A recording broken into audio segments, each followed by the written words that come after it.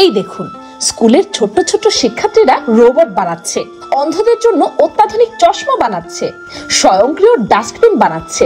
না না, এটা কোনো বিলাসবহুল মোটা বেতনের অথবা কোনো ইংলিশ মিডিয়াম স্কুলের দৃশ্য নয়, বরং এই স্কুলের স্টুডেন্টরা হচ্ছে পথশিশু, সুবিধাবঞ্চিত এবং এদের বসবাস বস্তিতে।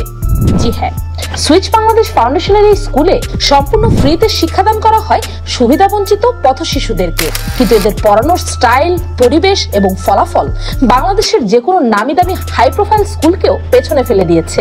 এজন্য ফিনল্যান্ডের শিক্ষা ব্যবস্থা ঢুকে পড়েছে বাংলাদেশে। 2015 সালে মোহাম্মদপুরের ঢাকা উদ্যানে দুস্থদের মাঝে বস্ত্র বিতরণ করতে এসে সুইচ বাংলাদেশ ফাউন্ডেশনের সদস্যদের কাছে সেখানকার বস্তিতে থাকা বাবা মায়েরা নিজেদের ছেলে মেয়েদের পড়াশোনার সুযোগ করে দেওয়ার জন্য অনুরোধ জানায়। সেখান থেকেই শুরু হয় এই উদ্যোগের।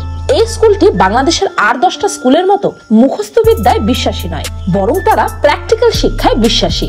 এখানে কোনো স্টুডেন্টকে কোনো একটা নির্দিষ্ট বিষয়ে পড়ালেখা করতে মোটেও বাধ্য করা হয় না, বরং স্কুল কর্তৃপক্ষ প্রতিটা বাচ্চার নিজস্ব ইন্টারেস্টের দিকে লক্ষ্য রেখে সেই বিষয়ে তাদেরকে পারদর্শী করে তোলে। এখানে কেউ রোবট বানায়, কেউ কম্পিউটার শেখে, কেউ ছবি আঁকে, আবার কেউ বা হাতের কাজ শিখে অসাধারণ সব পোশাক এবং পুরাতন জিনিস রিসাইকেল করে ব্যবহারযোগ্য ও সুন্দর সব জিনিসপত্র তৈরি করে। আর এদের তৈরি করা সব জিনিস, পোশাক, রোবট এবং আর্টওয়ার্কের বিভিন্ন এক্সিবিশন করা হয়, এমনকি বিদেশে বিক্রিও করা হয়। আর সেখান থেকে পাওয়া টাকা দিয়ে তারা নিজেরাও পড়াশোনা করে, অনেকে আবার সংসারেও সাহায্য করে। অনেক স্টুডেন্ট আবার ইনডোর অ্যাক্টিভিটিসে বেশি ইন্টারেস্টেড, তাই প্রশিক্ষিত দাবা খেলোয়াড়রা তাদেরকে শেখাতে আসে। ইনফ্যাক্ট এই স্কুলের 6 জন শিক্ষার্থী দাবা খেলায় national league, national champions league, women's league সহ অনেক ক্ষেত্রে ইন্টারন্যাশনাল র্যাঙ্কিং এ চলে এসেছে।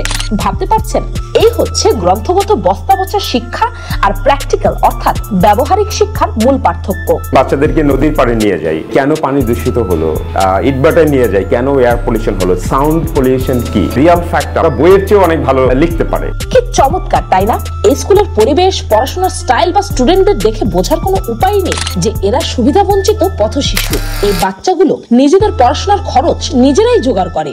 আমার আপনার ফেলে দেওয়া জামা কাপড় থেকে তৈরি করে কোয়ালিটিফুল ব্যাগ, টেবিল রানার, মডেলদের পোশাক সহ আরো নানান জিনিস।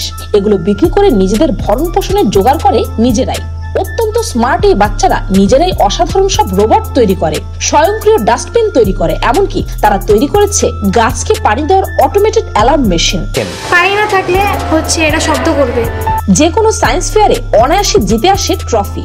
অন্য সব স্কুলে যেখানে বইয়ের পাতায় মুখ গুজে রাখতে হয়, শিক্ষার্থীদের দিন পার করতে হয় প্রাইভেট বা টিউশনে দৌড়ে, সেখানে এই ছোট্ট ছোট্ট বাচ্চারা শিখছে Python coding, computer typing, video editing, English speaking. I'm Jihadul Islam.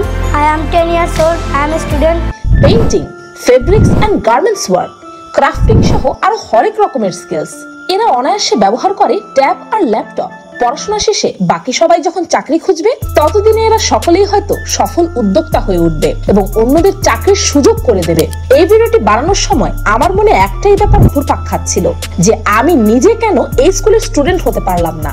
বাংলাদেশের প্রতিটা স্কুলই এমন কেন হয় না? এ বিষয়ে আপনাদের মতামত কমেন্টে জানাতে পারেন। স্কুল তোমাদের কেমন লাগে? আমি ফাল্গুনি, আজকের মতো পর্যন্তই। দেখা হচ্ছে পরের ভিডিওতে।